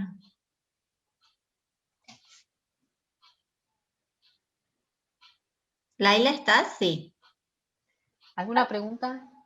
Sí, Vos sí, sabés sí. que quedó una sola pregunta, además, bueno, obviamente hay un montón de agradecimientos por la exposición, excelente exposición. Quedó una pregunta arriba que te la voy a hacer porque estabas hablando vos de régimen de comunicación y preguntaron, ¿en qué caso, por ejemplo, en los casos de trabajadores petroleros, dice que trabajan 10 por 14 días en el campo, ¿qué régimen de Sí. comunicación se puede establecer para esos casos? ¿Se puede? ¿Por qué régimen de comunicación y no plan de parentalidad acomodado? O sea, cuidado personal compartido indistinto con residencia principal en el domicilio materno, con un régimen de parentalidad acomodado, distribuido conforme la dinámica del domicilio del progenitor y los horarios laborales de este progenitor. ¿Por qué un régimen de comunicación? Pregunto. Sí, a mí también me surgió la misma pregunta. Pero justo estabas hablando de régimen de comunicación en ese momento vos. Por eso por ahí quedó ahí. Bien. Así Igual que ya bueno. les digo, el juzgado 1 nos abrió una puerta de análisis grande. Este fallo del juzgado 1 es de marzo de este año, de hace unos días. Ahora ese caso se fue en vista a la Defensoría del Niño, todavía no hay resolución. Cuando haya resolución me comprometo a hacértela saber, Cari, la podés distribuir, pero o me pueden llamar. A mí me gustaría que se expida la Cámara. Pero bueno, esta es una cuestión académica, en el medio está el tiempo. También, ¿no? Tal cual. Se solicitan todas las pericias descriptas. Sí, ahí están. Preguntan de las pericias. Las pericias, ustedes no se olviden que después pueden desistir de los medios probatorios, siempre que firme el cliente ese desistimiento. No lo firmen ustedes como gestores. Nos presentamos como gestores hoy por la pandemia y por la forma en que se ha digitalizado, pero un desistimiento de una prueba, de un testigo o de algo trascendental, que venga el cliente y que firme el escrito en el estudio o que lo firme en su casa y les mande la copia, sí. Fundamental. O sea, todos los medios probatorios después se pueden desistir. Si hay acuerdo en mediación, si hay acuerdo en la audiencia de conciliación, los jueces están muy conciliadores, los 5, al menos en mi experiencia. Bien. Acá tenemos Un poco les dicen, yo no puedo meterme en su vida y determinar qué días y horarios va a estar este nene o esta nena o este adolescente con ustedes. Yo les pido, por favor, el otro día el doctor Sepúlveda les dijo, sería hasta faltarles el respeto, fijar lo que a mí me parece, porque tampoco el plan de parentalidad de un lado era muy claro. Entonces, por eso les digo que cuanto más clara la presentación, más completa, más solvencia y más seguridad le dan al cliente.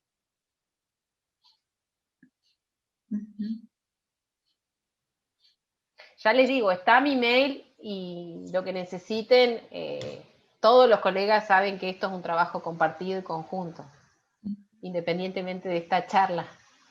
Tal cual. Y que es importante estos vínculos así. Había otra pregunta. Pero tengo una pregunta anterior, Laila, que me quedó, que estábamos hablando de la violencia indirecta de niñas, ¿no? Entonces, y quedó en el caso Sí. de niños víctimas de violencia indirecta, ¿se les puede obligar a ver al progenitor? No se los puedo obligar. Pero ahí ya tienen una entrevista con la Defensoría del Niño.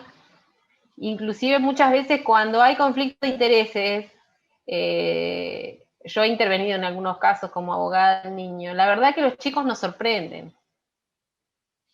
Sin sobreintervenirlos, pero ya están en la conflictiva, escucharlos a veces nos abre la cabeza a tantas posibilidades.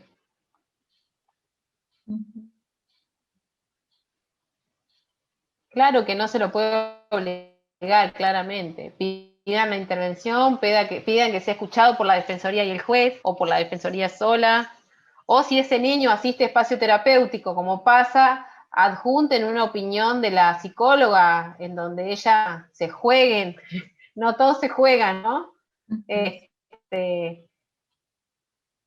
Explique cuáles serían las razones por las cuales no sería conveniente que ese niño, niña o adolescente tenga contacto con el progenitor. Eso también es de mucha utilidad. O sea, no le dejemos la carga al juzgado de todo. La parte tiene que saber que el juez, a mí me ha tocado estar en un juzgado, es muy difícil del otro lado si no tenemos elementos. O sea, si yo le digo al juez que pasa esto, pero no lo pruebo medianamente, no le pido una escucha al niño, no adjunto un informe psicológico, es muy difícil para el juez decirnos que sí de una, después el juez no me hizo lugar, el juez no tuvo elementos. Y esto no me estoy poniendo al lado de los jueces porque cuando tengo que criticarlos soy crítica, pero tampoco pueden hacer malabares.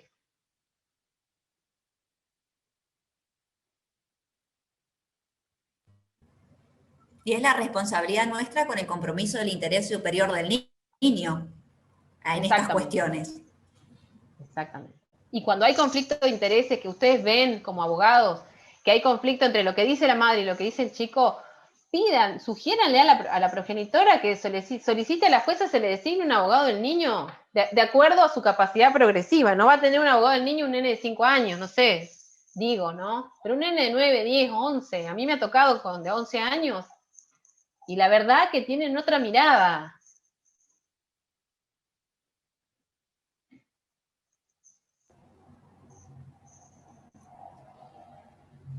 No sé si me escuchan. Sí. Sí. Hay una pregunta técnica procesal con relación a las notificaciones. No sé si la llegaste a leer, Laila. No, decímela mejor. ¿Qué alternativas de notificación de la demanda de régimen de comunicación ante desconocimiento del domicilio real del demandado puede conocerse para evitar el largo recorrido de oficiar a fin de obtener un domicilio?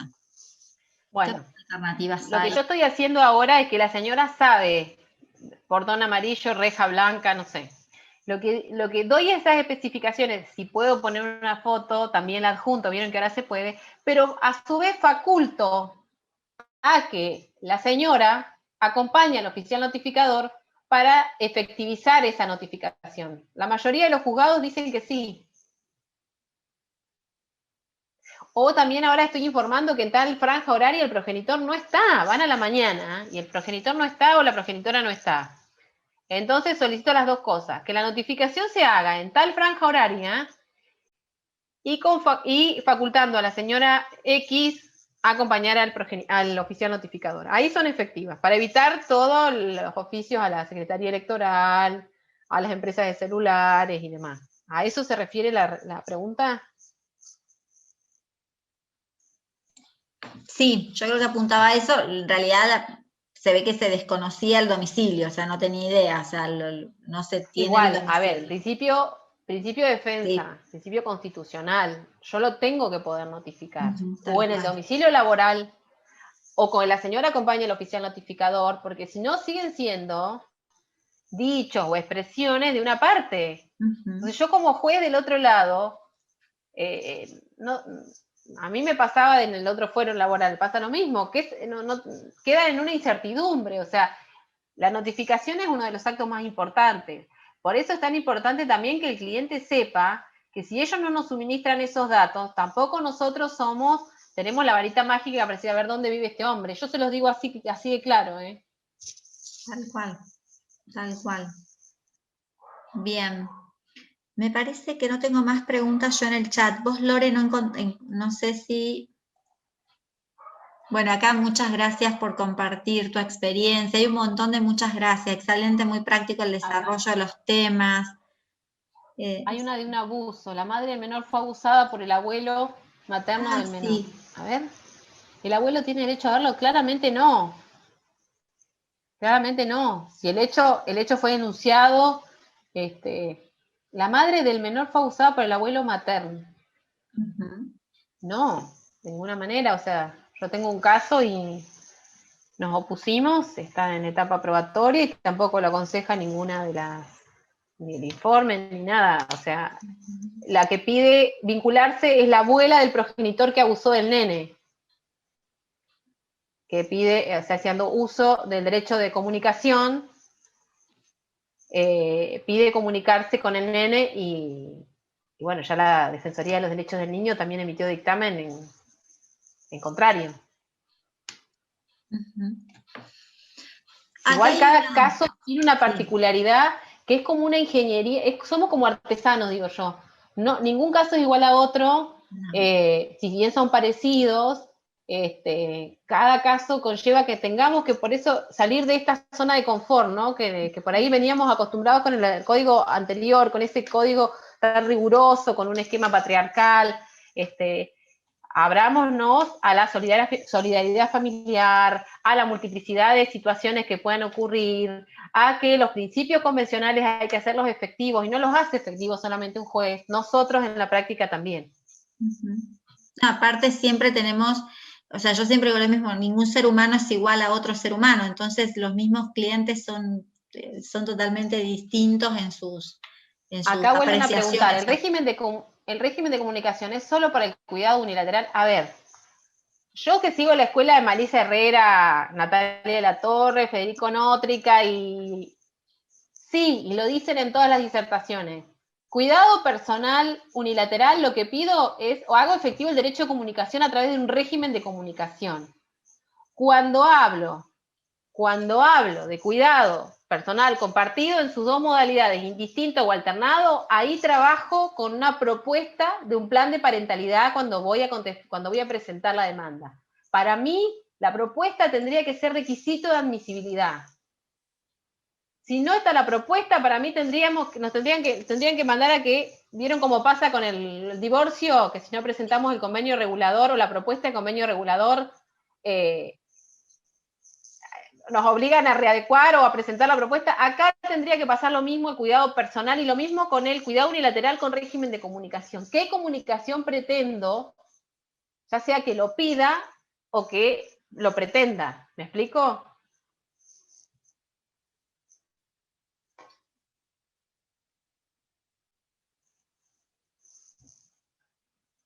No sé si contesté la pregunta.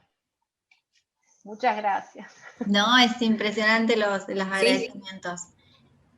Consulta, ¿quiénes son los legitimados activos para exigir el acuerdo de parentalidad? ¿Solamente los progenitores o eventualmente algún pariente que esté imposibilitado de ver a los niños? Ay, me abrieron una puerta. Sí. A ver, Tenemos no sé 5 si tienen minutos. ganas. ¿Eh? Y tenemos 5 minutos. ¿5? Plan de parentalidad a los progenitores. Pero por el principio de socioafectividad, ya sabemos, y hay casos en Argentina, y acá voy yo porque estamos con un caso en Neuquén que lo estamos palpando, que puede haber multiparentalidad o triple filiación, en virtud del principio de socioafectividad, ¿no? Es decir, ahí, por eso me abrieron una puerta que no me hagan hablar de ese caso, de esos casos. En Neuquén no hay, vamos por eso. A ver, estos chicos que generaron un niño adolescente, que generaron un vínculo de afectividad con el progenitor afín, ¿por qué este progenitor afín no puede pedir que sea efectivo un plan de parentalidad? Está bien, son figuras que el código no contempla. Pero vamos por ese camino. Ya hay 4 o 5 sentencias a nivel nacional basado en la socioafectividad. En principio, el plan de parentalidad es a los progenitores. La familia extensa, abuelos principalmente, lo que solicitan es un régimen de comunicación, ¿sí? Porque no son quienes tienen a cargo la titularidad, ¿sí? ¿Vieron cuando hablamos de titularidad y ejercicio? No son quienes tienen a cargo la titularidad de ejercicio, la titularidad de la responsabilidad parental. Pero bueno, el tema de la socioafectividad es un concepto en boga en todos los últimos libros, creo que es el tema luego de la escucha al niño, que esa es fundamental, abrir esa puerta. Es como, hay mucha tela para cortar en ese sentido, pero es como los debates que se vienen, ¿no? Sobre todo en las adopciones. ¿Por qué no permitimos que este progenitor afín adopte de manera plena a este niño con el que generó un lazo de socioafectividad? Y le permitimos que ejerza el rol parental.